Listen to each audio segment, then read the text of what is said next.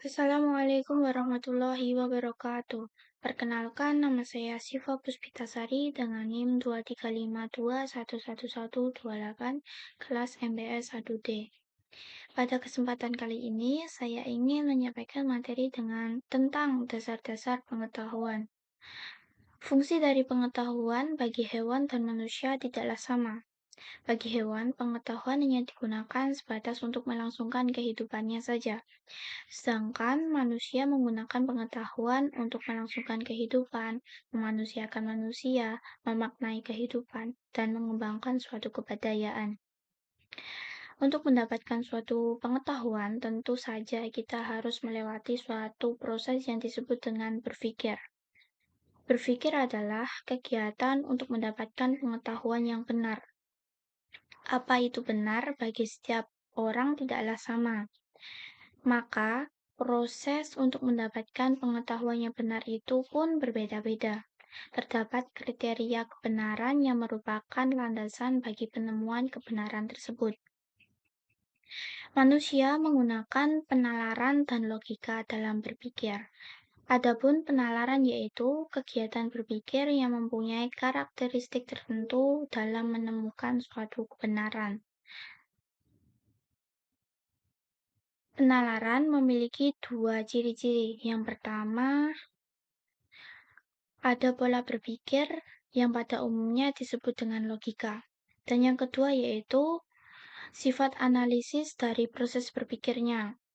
Analisis pada hakikatnya merupakan kegiatan berpikir berdasarkan tahapan-tahapan atau langkah-langkah tertentu. Dan yang kedua yaitu logika.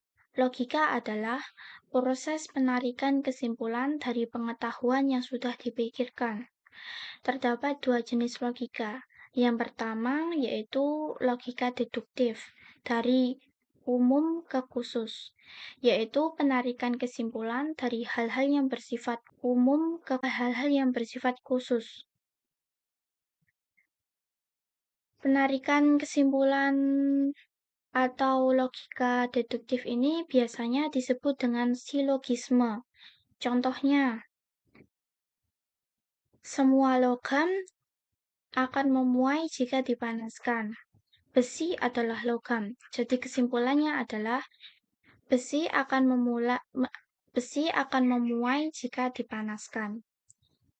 Jenis logika yang kedua yaitu logika induktif dari khusus ke umum yaitu penarikan kesimpulan dari hal-hal yang bersifat khusus ke hal umum. Contohnya, hewan sapi memiliki mata, singa memiliki mata, kambing memiliki mata. Maka bisa ditarik kesimpulan bahwa semua hewan memiliki mata. Selanjutnya yaitu sumber ilmu pengetahuan. Terdapat 4 sumber ilmu pengetahuan. Yang pertama yaitu rasionalisme atau akal. Rasionalisme atau akal adalah sumber utama pengetahuan yang benar. Rasionalisme ini menggunakan logika deduktif dalam menyusun pengetahuannya. Ide dari rasionalisme ini bersifat a priori dan bukanlah ciptaan manusia, melainkan sudah ada sebelum manusia memikirkannya. Masalah utama dari cara berpikir rasional ini yaitu adanya kriteria akan kebenaran dari suatu ide yang menurut seseorang itu bersifat jelas dan dapat dipercaya. Misalkan, bagi si A, ide tersebut mungkin bersifat jelas dan dapat dipercaya. Namun itu belum tentu berlaku bagi si B dan si C.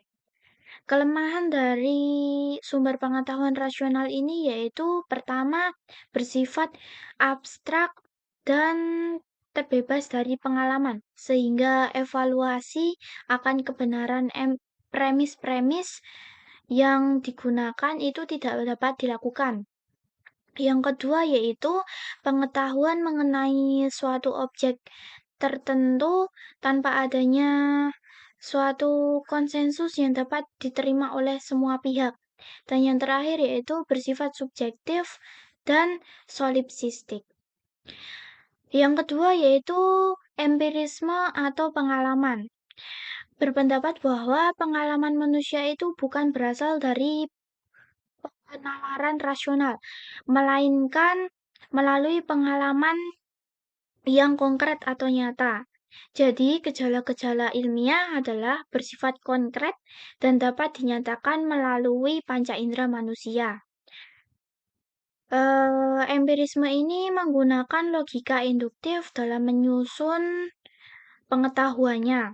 Masalah utama yang timbul dari empirisme ini yaitu pengetahuan yang dikumpulkan cenderung menjadi fakta-fakta yang belum tentu bersifat konsisten dan mungkin saja terdapat hal-hal yang kontraduktif. Kemudian kelemahan dari empirisme ini yaitu yang pertama hubungan antara fakta tidaklah nyata sebagaimana yang kita sangka. Dan yang kedua yaitu seberapa jauh kita dapat mengendalikan panca indera untuk menangkap objek fisik, sedangkan panca indera manusia itu terbatas. Yang ketiga yaitu ini intuisi. Intuisi merupakan pengetahuan yang didapatkan tanpa melalui proses penalaran tertentu. Dan yang terakhir yaitu wahyu, merupakan pengetahuan yang secara langsung diturunkan dari Tuhan melalui perantara yang disebut dengan nabi. Yang selanjutnya yaitu jenis-jenis pengetahuan. Terdapat 4 jenis pengetahuan. Yang pertama, pengetahuan biasa atau common sense, yaitu pengetahuan yang didapatkan ketika seseorang memiliki sesuatu karena menerima sesuatu dengan baik. Contohnya, orang mengatakan jika itu merah karena memang kenyataannya itu berwarna merah. Yang kedua yaitu seseorang mengatakan bahwa itu panas, karena memang kenyataannya itu panas. Yang kedua yaitu pengetahuan ilmu, yaitu pengetahuan yang berasal dari pengalaman dan pengamatan. Contohnya ilmu alam dan sebagainya. Yang ketiga yaitu pengalaman filsafat, pengalaman yang bersifat kontemplatif dan spekulatif. Pengalaman ini lebih menekankan pada universalitas dan kedalaman kajian tentang sesuatu.